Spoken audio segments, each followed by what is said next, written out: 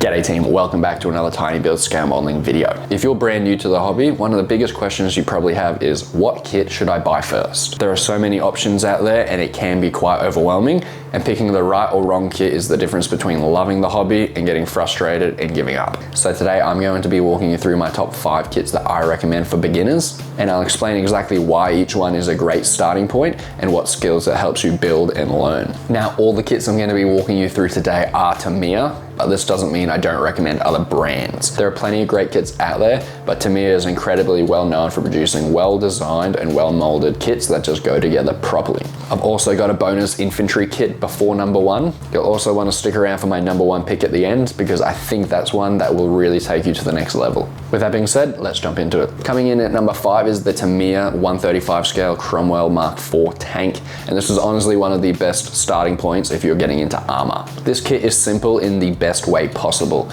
It doesn't have a huge parts count, and more importantly, it doesn't have a lot of complex sub-assemblies. That means you're not overwhelmed, you're not constantly jumping between steps, and you can really focus on the basic fundamentals of the hobby. Things like cutting off sprues cleanly, sanding down and cutting off those nubs, and gluing parts together properly, and most importantly, learning how to follow instructions. That last one is huge for a beginner. Another advantage of this kit is the tracks. Instead of individual link tracks, which can be very time consuming and frustrating early on, this kit uses one-piece rubber band style tracks. That makes assembling, painting, and weathering significantly easier, which removes a big barrier for beginners. On top of that, the painting process is really straightforward. The Cromwell is typically painted in one single base color, so you're not dealing with complex camouflage or multiple layers right away. You can focus on getting smooth paint coverage and building confidence with either a brush or an airbrush. It may be a simple kit overall, but that's exactly why it's so valuable. It teaches you the fundamentals without overwhelming you or making it too hard to begin with. Coming in number 4 is the Tamiya 148 scale BF109 E3. Now, I know aircraft can look a little bit intimidating at first, especially German,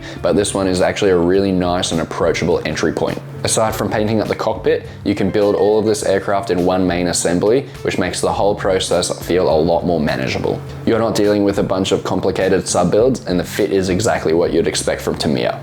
Everything just fits together perfectly. Now, one thing you will have to learn with aircraft is canopy masking. If you don't know what canopy masking is, it's when you tape off the glass of the canopy to keep it clear when painting. Every single aircraft will need it, and if you don't mask the canopy before painting, you're going to end up painting over the clear parts and it won't look great. The good thing about the BF109 E3 is that the canopy is quite boxy and angular, which makes it much easier to apply the masking tape. You can just cut small rectangular or square pieces and lay them down cleanly, rather than having to fight curved surfaces like you would on later aircrafts that have bubble tops, as you can see here. It is significantly easier to accomplish this on square aircraft canopies. Last, the paint scheme is quite straightforward compared to other variants of the BF109 throughout the war. As you can see here, the fuselage is mostly one color, and the wings are simple two-tone, so you're not dealing with complex modeling or advanced patterns you see on some of the other BF109s you can paint up. That makes this a great kit for learning basic masking and paint control without being overwhelmed or feeling like it's too hard to do as a beginner. Overall, it's a really nice introduction to aircraft modeling that feels achievable rather than intimidating,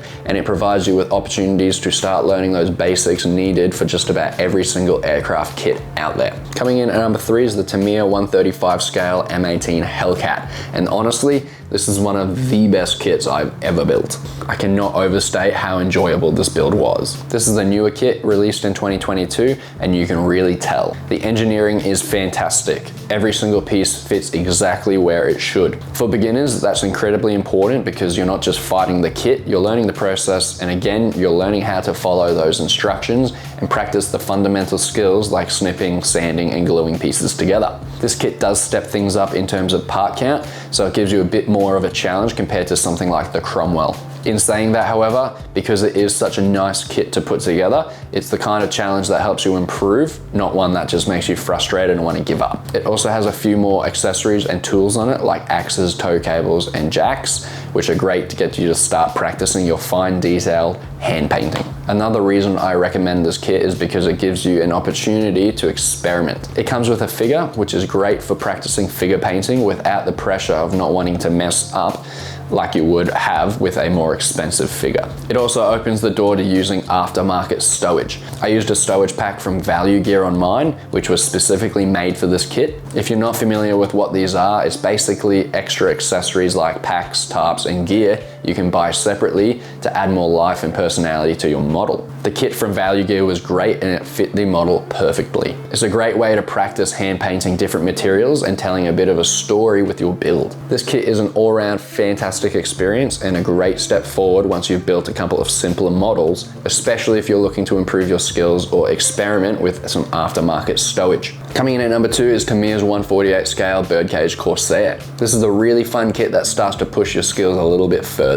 One of the biggest benefits of this kit is that it teaches you how to plan your painting. In modeling, especially with vehicles that have more than just one color paint schemes, planning how you will paint your model is extremely important. This Corsair has a tricolor paint scheme, which means you need to think about the order in which you paint things, how you're going to mask off different areas, if you'll use blue tack or tape to do so, and how you approach the whole process overall. That's a really important skill to develop because at some point you move on from just following instructions to actually needing to think ahead. It's also a nice balance in terms of complexity.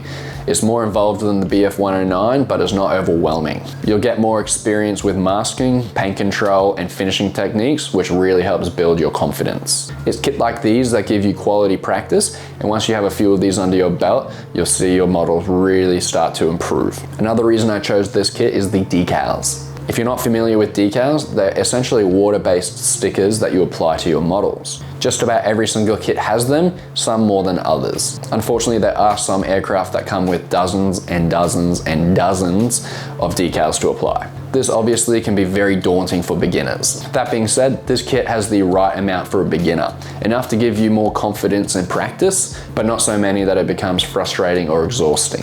I know all too well from experience that too many decals early on can be a big turnoff, and this kit strikes a really good balance. Overall, it's a great bridge between beginner and intermediate skill level builds. Before we get to number 1, I've got a quick bonus recommendation. Tamiya 135 infantry sets. These are fantastic if you're interested in figure painting. They're very cheap, usually around 20 Australian dollars, and you get multiple figures per box, which makes them great value. Now, these figures might be nowhere near the quality and detail of more expensive figures like Alpine miniatures, but that's okay. Despite being cheaper, most of them are actually decent quality anyway. More importantly, they give you a low pressure way to practice. You can work on painting faces, uniforms, and gear without feeling like you're wasting money if it doesn't turn out exactly how you want it. If you're feeling a bit more confident, you can even challenge yourself with the more complex camo patterns like split tartan on late war German figures. It's a great way to test your fine detail skills, and honestly, experimenting with and learning about different camo schemes is one of the most fun parts of figure painting. All right, coming in at number 1 is the Tamiya 135 scale Panzer IV early version. This is the kit that I recommend if you've done 1 or 2 builds already and you're ready to take that next step. This kit really starts to push you into thinking about your workflow. With things like the side armor, the wheels, and the tracks, you need to plan out how you're going to build, paint, and weather the model using sub-assemblies. While following the instructions is essential, this kit really encourages you to think about the most effective order to build and paint it. Will you build everything up as one assembly, or will you have sub-assemblies? Will you paint up the side armor plating separately? Will you paint or weather the wheels and tracks separately before you assemble them all together at the end? It's questions like these that every single modeler needs to think about in more complex builds and paint schemes. Doing this is a huge step forward in your development as a modeler. It's also fantastic for developing your painting skills. This kit is where you can start experimenting with more advanced camouflage, layering, and detailing. Like the Hellcat we spoke about before, this Panzer IV has a few tools and accessories on the hull and the turret that need hand painting. This kit comes with markings and paint guards for a few different vehicles, and no matter which one you do, your painting skills, whether you're using a brush or an airbrush, will be challenged and improved. I know it seems daunting, but the only way you're going to learn how to do it is by doing it. It will be challenging, but in a really rewarding way. On top of that, it's just an iconic vehicle. Being the most produced German tank in World War II, the Panzer IV was the workhorse of the German armored forces, and I genuinely think that every single modeler should have at least one on their shelf. This kit gives you practice across the whole board. Tools, accessories, weathering, and it even comes with a figure on top to bring the model to life. One of those kits that really help you level up, and I highly highly recommend this kit for beginners that want to challenge themselves after a few kits. And that's my top 5 beginner kits for scale modeling. If you're just starting out, let me know in the comments what's the first kit you're thinking of picking up. If this video helped you out or you learned something new, drop a like and leave a comment. It really helps the channel grow. If you are new here, please subscribe and check out my other scale modeling tutorials and beginner guides. Until next time, happy modeling, and I'll catch you in the next one.